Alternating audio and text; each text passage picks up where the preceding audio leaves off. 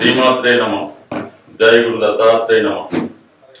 ఈ వీడియోలో మనం మేషరాశి వారు జీవితంలో ఖచ్చితంగా నెంబర్ 1 స్థాయికి రావాలంటే వారు ఏ విధమైనటువంటి జాగ్రత్తలు తీసుకోవాలి అన్న విషయాన్ని రాశి చక్రం ద్వారా ఎటువంటి గ్రహాలు లేకుండా కేవలం మేష రాశి లేదా మేష లగ్నంలో జన్మించినటువంటి జాతకుల యొక్క జీవన విధానం ఏ విధంగా ఉండబోతుంది అన్న విషయాన్ని మనం ఈ వీడియోలో పరిశీలిద్దాం. మేషరాశి అది సహజ రాశి చక్రంలో నెంబర్ 1 రాశిగా ఉంటుంది కాబట్టి అలాగే వీళ్ళు కూడా జీవితంలో ప్రథమ స్థానంలో ఉండాలనే ప్రయత్నం చేస్తుంటారు.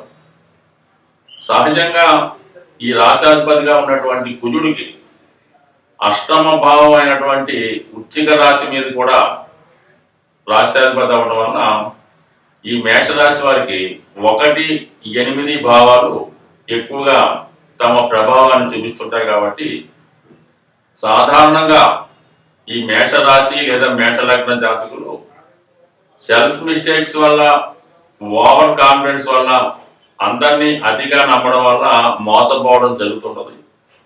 ఎక్కువ శాతం వారు పతనానికి వాళ్ళే కారణం అవడం జరుగుతుంటది. సో అలాగే ఈ రాశిలో రవిగ్రహం ఉచ్చస్థితి పొందుతూ ఉంటాడు. సో ఆ కారణం వల్ల వీళ్ళు స్వతంత్ర వృత్తిని ఎన్నుకునే ప్రయత్నం చేస్తుంటారు. అయితే ఒకరికి సబార్డినేట్గా ఉంటూ, అంటే ఇక్కడ ఏమైందంటే రాష్ట్రాధిపతిగా ఉన్నటువంటి కుజుడు మరి సైన్యాధ్యక్షుడు పదవి ఈ నవగ్రహాల్లో రావడం జరిగింది. సూర్య భగవానుడికి మరి రాజు అనే పదవి ఇవ్వడం జరిగింది. అందుకని మేషరాశిలో రవి ఉచ్చులో ఉండడం వల్ల మరి ఆటోమేటిక్గా ఈ కుజుడు ఒకరికి సహాయకారిగా ఉంటూ వాళ్ళ అభివృద్ధికి కారణం అవుతుంటాడు. అంటే వీళ్ళు మంచి సైనికులు గాను, మంచి సహాయకులు గాను, మంచి సూపర్వైజర్ గాను, కార్యకర్తగాను పనిచేస్తుంటూ ఒక రాజకీయ నాయకుడిని జీవితంలో పైకి వచ్చే విధంగా వీళ్ళు కష్టపడుతుంటారు. అవసరమైతే ఎంత త్యాగానికైనా సిద్ధపడి బలి పశువుగా మారుతుంటారు.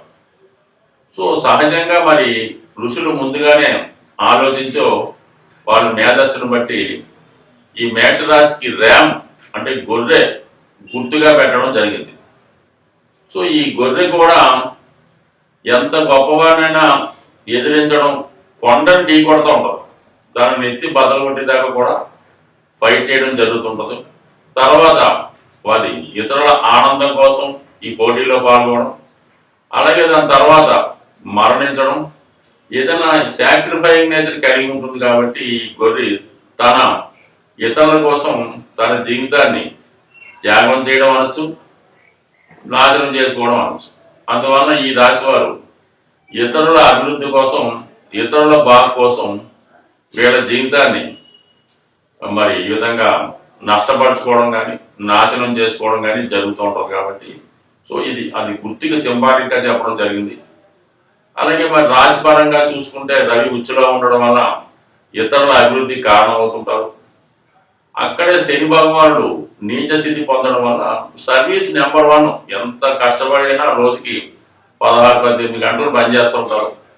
అలాగే ఇతరులతో పని చేయించడంలో కూడా మంచి సామర్థ్యాన్ని కలిగి ఉంటారు. సో ఈ కారణం వల్ల వీళ్ళు మరి ముందు ఒకరి దగ్గర సహాయకునిగా, అసిస్టెంట్గా పనిచేసి వారి యొక్క మోసానికో లేదంటే వారి యొక్క కుట్రలకో బలి స్వతంత్రంగానే జీవితాన్ని ప్రారంభిస్తారు అన్నమాట. సుమారుగా ఇది మరి వీళ్ళ జీవిత ప్రథమ భాగంలో జరుగుతూ ఉంటుంది. మరి ఎప్పుడైతే ఒకరి కింద నుంచి పైకి వచ్చి స్వతంత్రంగా వృత్తి ప్రారంభిస్తారో అప్పటి నుంచే వీళ్ళ యొక్క జీవితం అభివృద్ధి చెందడం మారుతుంటుంది. అంటే అభివృద్ధి చెందడం మొదలవుతుంది అన్నమాట.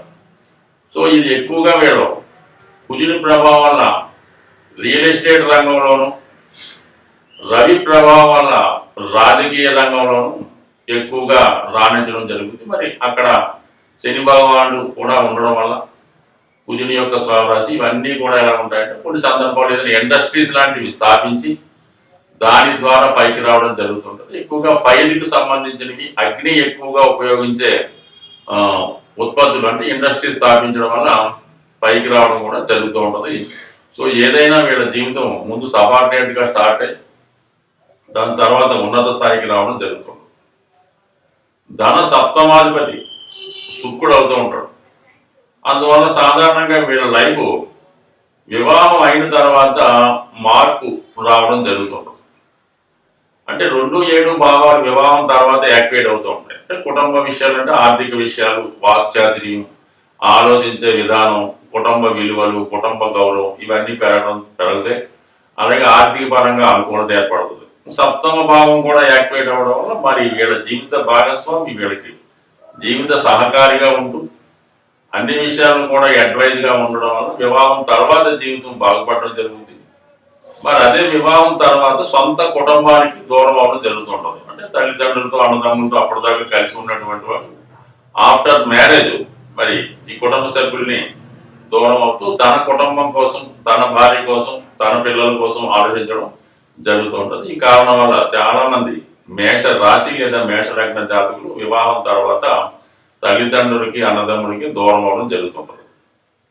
ఇక తృతీయ షష్టాధిపతిగా ఉన్నటువంటి బుధుడు మరి ఈ రాష్ట్రాధిపతి కుజునికి పరమ శత్రువు అవడం వల్ల, అలాగే తృతీయ షష్ఠ భావాలు రెండు కూడా ఒక విధంగా శత్రుభావాలు అవడం వల్ల మరి సొంత అన్నదమ్ములు అంటే 3వ భావం సొంత అన్నదమ్ములు, తోడబుట్టిన వారు, చిన్ననాటి స్నేహితులు వాళ్ళే ముందు జీవితంలో ఇతనికి సహాయపడి తర్వాత శత్రువులుగా మారి వీరికి పోటీగా ఏర్పడడం జరుగుతుంటుంది. అంటే ఒక విధంగా వీళ్ళు సొంత బంధువులే అంటే సొంత అన్నదమ్ములే అదే సంస్థలో వీళ్ళకి పోటీగా ఏర్పడి తర్వాత వీళ్ళకి మంచి కాంపిటేషన్ ఇస్తూ ఉంటారు. 99% మరి వీళ్ళతో కంపల్సరీగా విభేదాలు వచ్చే అవకాశం ఉంటుంది. కాబట్టి సాధారణంగా మేషరాశి వారికి శాశ్వతమైనటువంటి మిత్రులు ఎల్లప్పుడూ ఉండే మిత్రులు ఉండడం బహు తక్కువగా ఉంటారన్నమాట. ఇది కొంతకాలం స్నేహం చేయడం తర్వాత వాళ్ళతో శత్రుత్వం రావడం ఆటోమేటిక్ గా జరుగుతుంటది ఈ రాశి వారికి.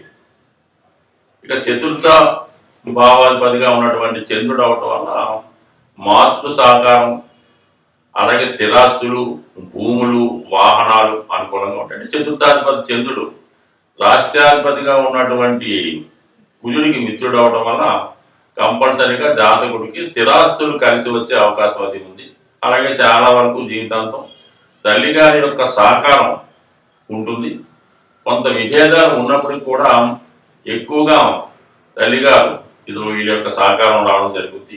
అలాగే పంచమాధిపతిగా ఉన్నటువంటి రవి సింహరాశి అవడం వల్ల వీళ్ళ సంతానం, సింహరాశి అంటే పంచమ స్థానం కాబట్టి వీళ్ళ యొక్క పిల్లలు సాధారణంగా వీళ్ళకన్నా గొప్పవారు అవడం జరుగుతుంది. అంటే మరి మనకి రాశి అంటే జాతకుడు కుజుడు, పంచమం అంటే సంతానం మరి రవి, కంపల్సరీగా వీళ్ళ సంతానం వీళ్ళకన్నా గొప్పవాళ్ళు అవడం తర్వాత వీళ్ళని డామినేట్ చేయడం జరుగుతుంది. రాజకీయ రంగంలో ఉన్న మరి రియల్ ఎస్టేట్ రంగంలో ఉన్న కంపల్సరీగా తర్వాత వీళ్ళ పిల్లలే జీవితంలో ఇతనికన్నా అభివృద్ధి చెందడం, కొన్ని సందర్భాల్లో వీళ్ళకి పోటీగా రావడం కూడా చాలా సందర్భాల్లో జరుగుతుంది. ఏదైనా సంతానం వల్ల గర్వకారణం, గర్వాన్ని గొప్పని పొందే అవకాశం ఉంటుంది. అంటే ఈ మేషరాశి వారికి సంతానమే వారి గర్వకారణం అవుతుంటారు. అంటే పిల్లల కోసం చాలా గొప్పగా వీళ్ళు చెప్పుకోవడం జరుగుతుంది. వారిని అభివృద్ధి తెచ్చే ప్రయత్నంలో వీళ్ళ జీవితాన్ని కూడా త్యాగం చేయడే సూచనలు కూడా చాలా సందర్భాల్లో కనపడుతుంటాయి. ఇక భాగ్య వ్యయాధిపతిగా ఉన్నటువంటి వాడు గురువు.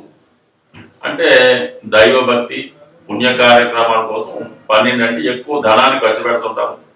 అలాగే మంచి నేమ్ కోసం, దైవ కార్యక్రమాల కోసం కూడా ఎక్కువ ధనాన్ని ఖర్చు పెడుతుంటారు.